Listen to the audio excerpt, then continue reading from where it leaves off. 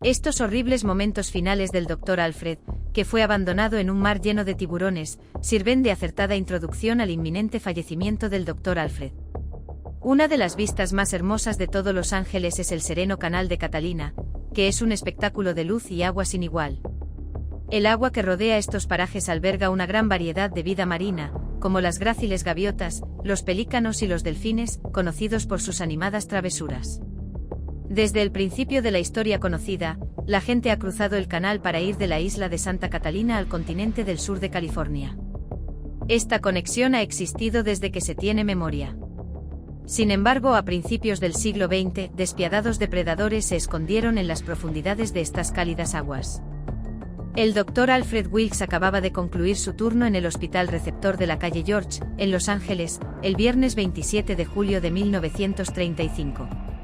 Por aquel entonces, era 27 de julio. Verney Wilkes, su hijo, tenía 23 años y acababa de salir de San Pedro rumbo a Abilene, donde iba a reunirse con su padre por la tarde. Los dos individuos pretendían navegar con su embarcación por el Canal de Catalina, que a veces se denomina Canal de San Pedro, para llegar a la isla de Santa Catalina desde el continente del sur de California. Cuando soltaron los nudos de las cuerdas que los tenían atados, el Dr. Alfred, de 58 años, arrancó el motor con pericia y este respondió con un chasquido y un chisporroteo, pero no arrancó. Volvió a tirar de la cuerda de arranque, esta vez con más fuerza, y el motor zumbó y ronroneó mientras la embarcación se deslizaba por el agua. En cuanto soltó las amarras, la embarcación quedó libre para mecerse suavemente en el agua. El Dr. Alfred condujo la embarcación con pericia lejos del muelle y hacia el Canal de Catalina mientras las luces del puerto y la tierra se desvanecían poco a poco en la distancia. En el aire flotaba el aroma salado del océano y los únicos sonidos que se oían eran el romper de las olas y el estampido del motor fuera borda. Era una sensación de humildad ser tan pequeño en el gran esquema de la existencia y estar al capricho de las fuerzas de la naturaleza. Su embarcación era para ellos la única señal de vida en toda la inmensidad. Salieron sobresaltados de su trance por el sonido de ahogo y chorro que producía el motor de su barca al aspirar frenéticamente las últimas gotas de gasolina que le quedaban. Habían olvidado comprobar el nivel de gasolina mientras estaban en el muelle, y los dos intercambiaron miradas mientras la barca empezaba a flotar sin rumbo. El zumbido constante del motor había cambiado de repente y la barca remaba en círculos. El Dr. Alfred intentó arrancar el motor con la cuerda de arranque, pero no funcionó.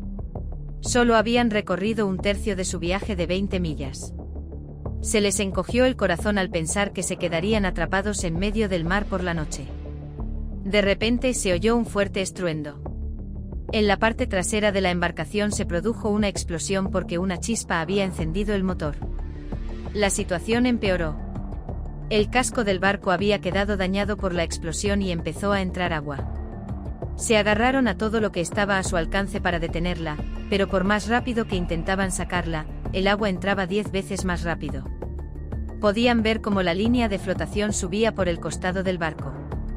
Cuando el barco empezó a inclinarse, intentaron arreglar los agujeros, pero eran grandes y había muchos.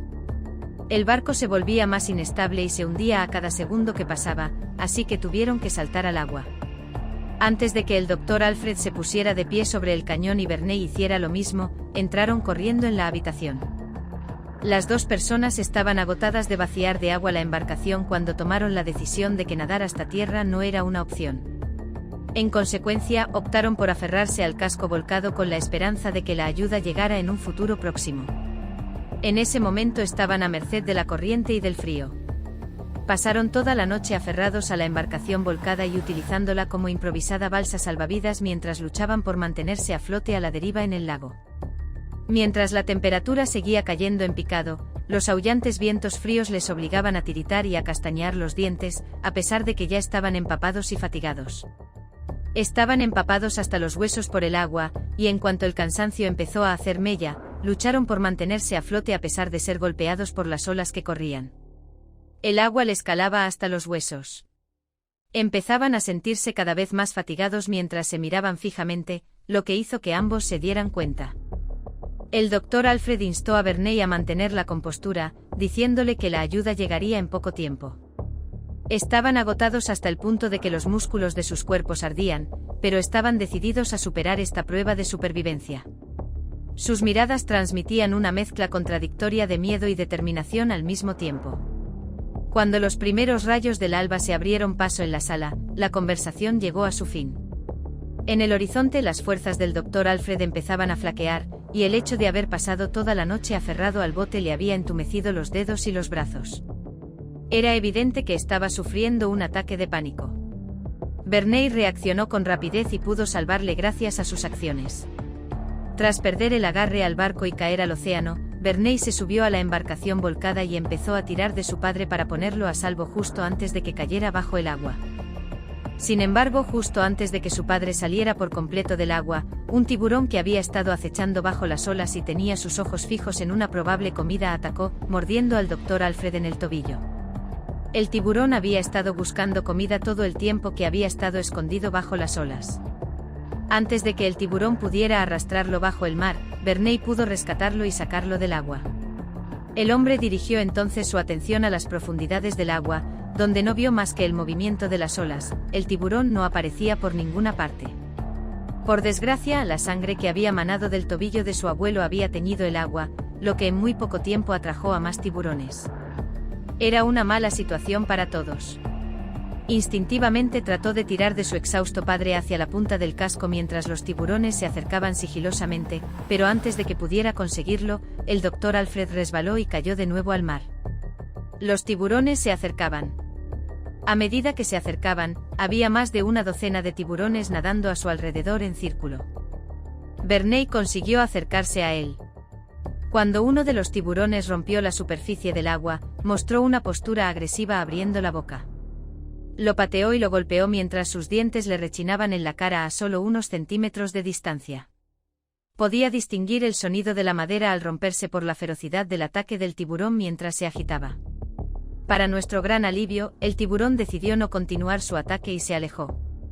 Cuando el tiburón se abalanzó sobre Verney y golpeó contra el costado del barco, los ojos de Verney se abrieron de par en par por el miedo. Regreso a las profundidades ofrece a Verney la posibilidad de rescatar a su padre del agua y evitar que se ahogue.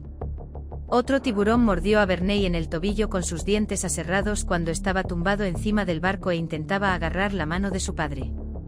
Verney propinó al tiburón una fuerte patada, que conectó con su morro y le obligó a soltar la pierna. Entonces volvió a centrar su atención en su padre y pudo volver a subirlo al casco mientras sacaban el cuerpo de su padre del agua. Un banco de tiburones atacó al padre de Verney. Sus heridas eran graves. Verney se horrorizó al ver que uno de los tiburones había llegado hasta él y le había arrancado trozos de carne del abdomen. De repente el bocinazo de un barco más cuerdo llamado Excellent puso fin al letal ataque. Los tiburones desaparecieron bajo las olas tan rápido como habían emergido. Los tripulantes del barco bajaron rápidamente sus escalas y rescataron al dúo de las fauces de la muerte que les rodeaba. Escucharon cómo Verney relataba su aterradora experiencia antes de precipitarse histéricamente hacia la especie de tiburón que atacó a los dos hombres aquel día. Sigue siendo un misterio.